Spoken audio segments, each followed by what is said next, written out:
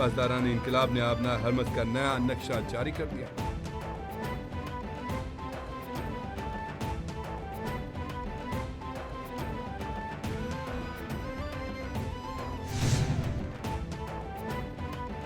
امریکی فوج کی سینٹرل کمانڈ سینٹکام کی جنگی بحری جہاز کو نشانہ بنانے کے ایرانی دعوے کی تردید۔ سینٹکام کے مطابق کسی امریکی نیوی شپ کو نشانہ نہیں بنایا گیا۔ آبنا ہرمز میں کسی امریکی بحری جہاز پر میزائل نہیں لگا۔ امریکی فوج پروجیکٹ فریڈم کی معاونت کر رہی ہے۔ پروجیکٹ فریڈم کی حمایت کے لیے گائیڈڈ میزائل ڈسٹرائرز، 100 سے زائد زمینی و بحری طیارے، بغیر پائلٹ پلیٹ فارمز اور 15,000 فوجی اہلکار تعینات کیے جائیں گے۔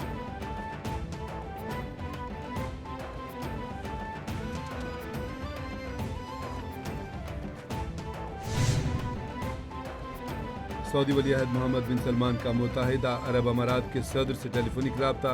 محمد بن سلمان کی ایران کی جانب سے بلا جواز حملے کی مذمت۔ سعودی عرب نے پاکستان کی ثالثی کی حمایت کا اعلان کر دیا۔ خطے کی موجودہ صورتحال، سعودی عرب کی فریقین سے تحمل کی اپیل۔ سعودی عرب آبنا ہرمز میں معمول کے مطابق سمندری جہاز رانی بحال کرنے کی اہمیت پر زور۔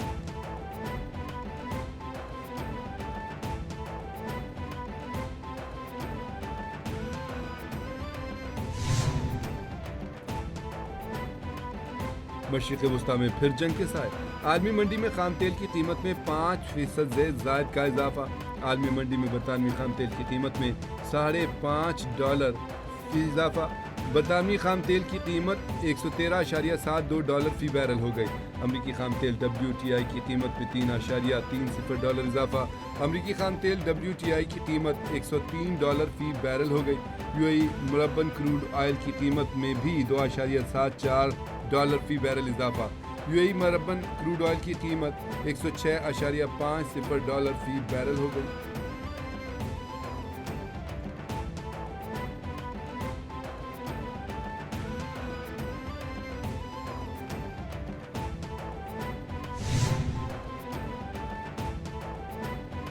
ایران کے خلاف جنگ جاری رہی تو عالمی معیشت کو شدید نقصان ہوگا۔ سربراہ IMF کرسٹالینا جارجیا نے خبردار کیا ہے کہ کرسٹالینا جارجیا کہتی ہیں کہ جنگ 2027 تک جاری رہی تو عالمی معیشت کو شدید نتائج کا سامنا کرنا پڑ سکتا ہے۔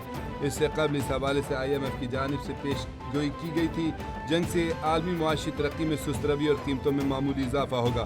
اب یہ اندازے مؤثر نہیں رہے۔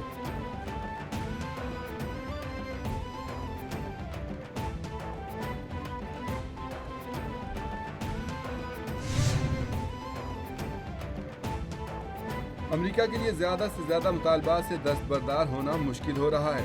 ترجمان ایرانی وزارت خارجہ کا کہنا ہے کہ امریکہ ایران کے خلاف جھوٹے دعوے دہرانا جاری رکھے ہوئے ہے۔ آبنا ہرمز کی حالیہ صورتحال امریکہ کی ایران کے خلاف جارحیت کا نتیجہ ہے۔ آبنا ہرمز سے محفوظ جہاز رانی کے پروٹوکول پر عمان سے مذاکرات جاری ہیں۔ آبنا ہرمز سے محفوظ جہاز رانی کے لیے ہمیں پروٹوکول میکنزم بنانا چاہیے۔ ہم صرف جنگ کا خاتمہ چاہتے ہیں۔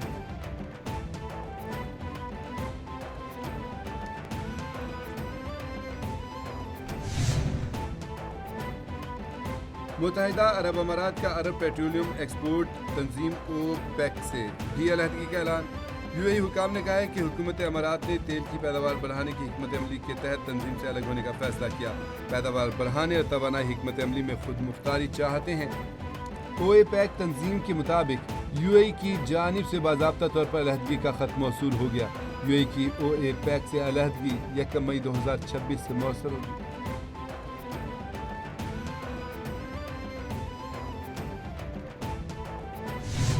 آپ اس حکومت میں آواز اٹھائیں اور ان کو کہیں یار تھوڑا تو ان کو آواز اٹھائیں کہ جی برائے مہربانی وفاقی حکومت جو لوڈ شیڈنگ ہے اس پہ صوبہ سندھ کے ساتھ زیادتی نہ کرے۔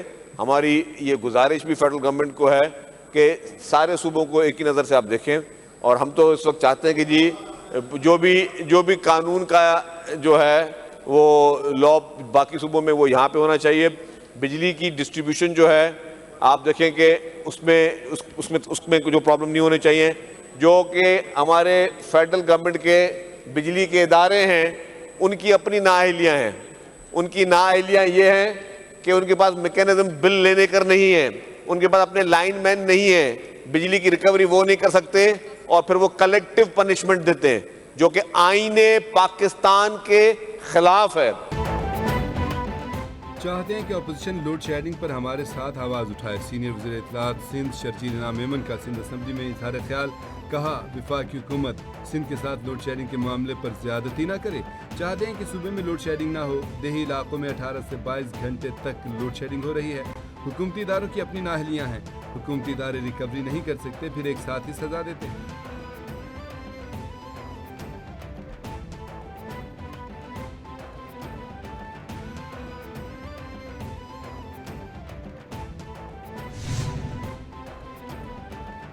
اور وزیر اعلیٰ مریم نواز کا 305 ارب کا انقلابی پنجاب ڈیولپمنٹ پلان میدان میں.